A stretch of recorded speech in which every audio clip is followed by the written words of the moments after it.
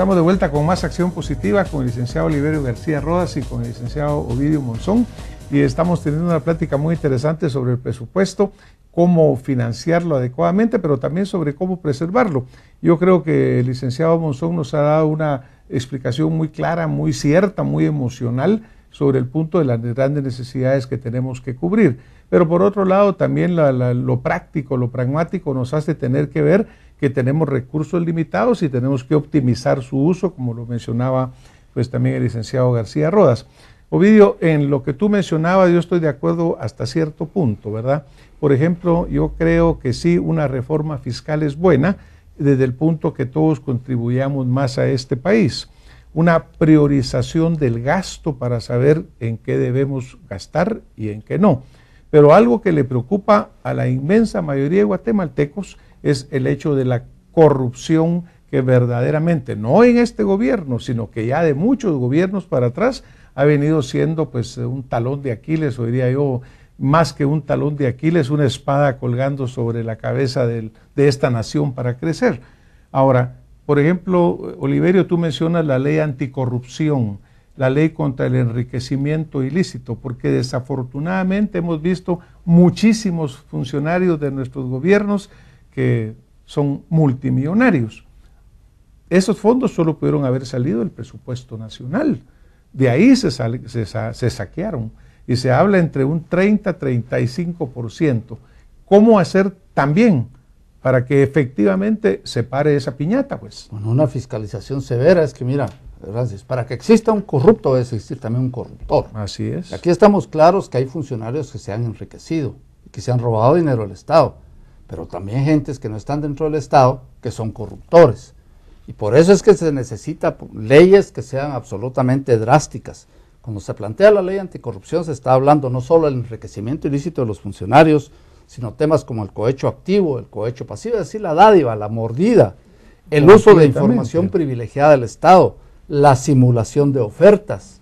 Porque en toda la obra pública sabemos que en muchos lados, no en todos afortunadamente, pero en muchos lados, resulta que hay un concierto de empresas en las que si hay 4 obras, hay 4 empresas que se ponen de acuerdo y cada quien presenta diferentes ofertas y se ponen de acuerdo para que de alguna manera cada uno de ellas reciba una obra. Es decir, todo ese tipo de acciones que van en detrimento del Estado, de los pocos recursos que tiene el Estado de Guatemala, pues obviamente hay que terminar con esas prácticas mafiosas, por un lado. Pero por el otro lado, también debemos hablar de un estricto combate al contrabando en Guatemala. Eso es nocivo para el país. Un estricto combate a la evasión y a la elusión.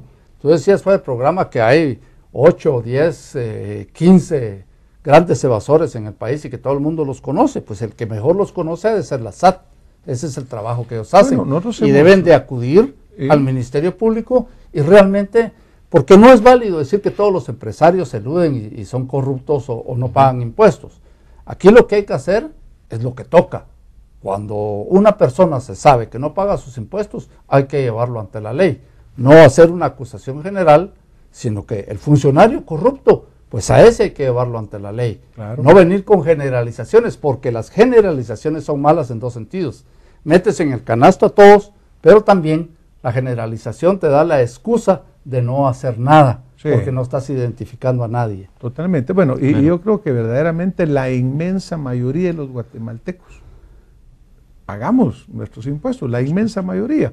Ahora, yo te mencionaba 10, 12, porque si uno revisa todos los medios de prensa, los mismos nombres van apareciendo por todos lados, en los diferentes negocios del Estado. Y menciono que no en este gobierno, sino que es gente que ha venido una tras otra. Ahora, se requiere una voluntad política del Congreso de la República para que esas leyes verdaderamente se aprueben, porque la ley anti la corrupción, contra el enriquecimiento ilícito, han sido controversiales, no se han aprobado, están pendientes. ¿En qué punto estamos en eso, Ovidio? ¿Cuál es la voluntad política de que eso se cumpla verdaderamente? Nuevamente volvemos, yo lo digo con estas palabras y a veces ha sonado un poco mal en torno a decir de que es un sistema perverso, que definitivamente hay una buena cantidad de diputados y diputadas que de alguna manera quisieran hacer las cosas de una manera diferente, pero hay algo ahí perverso que no permite. Hay una ley de bancos que también está discutiéndose, la ley de secreto bancario también, porque justamente estas 10 o 12 personas de las que tú hablabas habría que ver cómo están en los bancos también, porque tú dices, bueno, tuviste ventas, tuviste compras y hubo rentabilidad, pagaste salarios, todos tus gastos y al final te quedó esto en el año y esa es tu utilidad, tu ganancia. Bueno, habría que ver cuánto realmente está en el banco y cuánto no. Y ahí te darías cuenta nuevamente cuando cruzas todos esos datos. No ha pasado. Yo creo que es un gran reto para todos los guatemaltecos. Y cuando hablo del pacto fiscal no hablo solo de impuestos. El pacto fiscal no hablaba solo de imposiciones, hablaba de temas justamente de esa revisión de los evasores, como muy bien lo decía el diputado Oliverio, y mucho más amplitud para revisar qué es lo que necesitamos como guatemaltecos. Yo voy a tener que insistir un poco en el tema de que siempre se habla de los evasores como los otros, ¿verdad? Pero yo diría que la principal evasión está en un grupo de funcionarios dentro del gobierno, que son los que hacen esos grandes negocios. ¿Y qué han sido los Tú mencionas, por ejemplo, los contratos en obras públicas, los contratos de lo que sea, contratos fingidos. Es decir, está bien los evasores, yo creo que tenemos que atacar a los evasores, porque a todos nos dañan, pero es que adentro del gobierno... Es que las leyes ya existen, ahí Francis, están. Las leyes ya existen. Es que eso es lo que le siempre dice, que el Congreso haga una nueva ley, como que la ley fuera la lámpara de Aladino. Las leyes ya existen las instituciones que deben de perseguir a todo ese tipo de gente.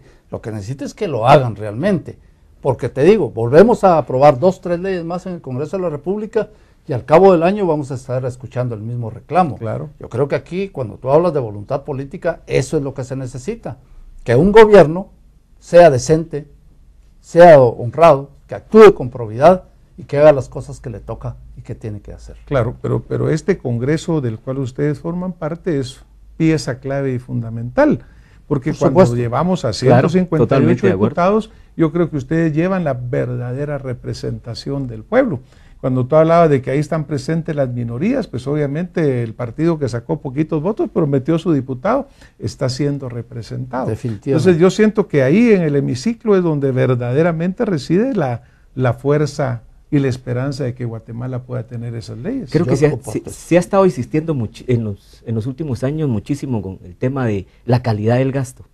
Y dentro de la calidad del gasto, tanto la Comisión de Legislación y Puntos Constitucionales, al igual que la Comisión de Finanzas, tiene debilidades. Dentro de esas debilidades son los equipos que le puedan dar seguimiento. En el caso de la Comisión de Finanzas, tiene 2 trabajadores permanentes únicamente y que han tenido una correlación de 3 periodos y que de alguna manera han adquirido esa experiencia.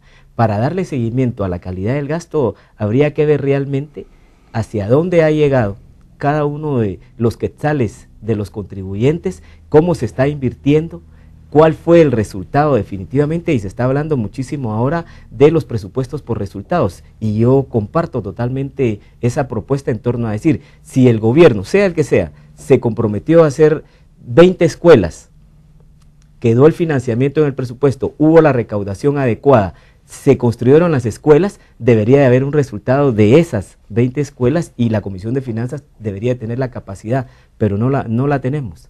Son 2 o 3 asesores que definitivamente están permanentes y los demás se cambian cada año.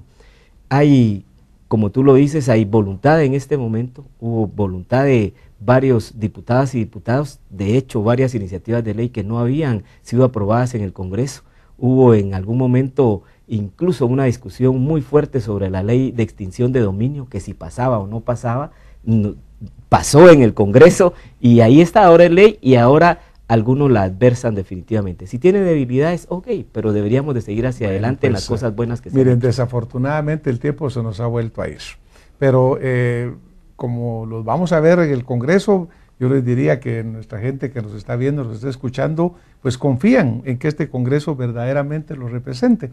Y vamos a tener el honor de invitarlos en el futuro para que sigamos conversando de este tema y veamos esos resultados, ¿verdad, Ovidio? Claro. Que verdaderamente se están haciendo.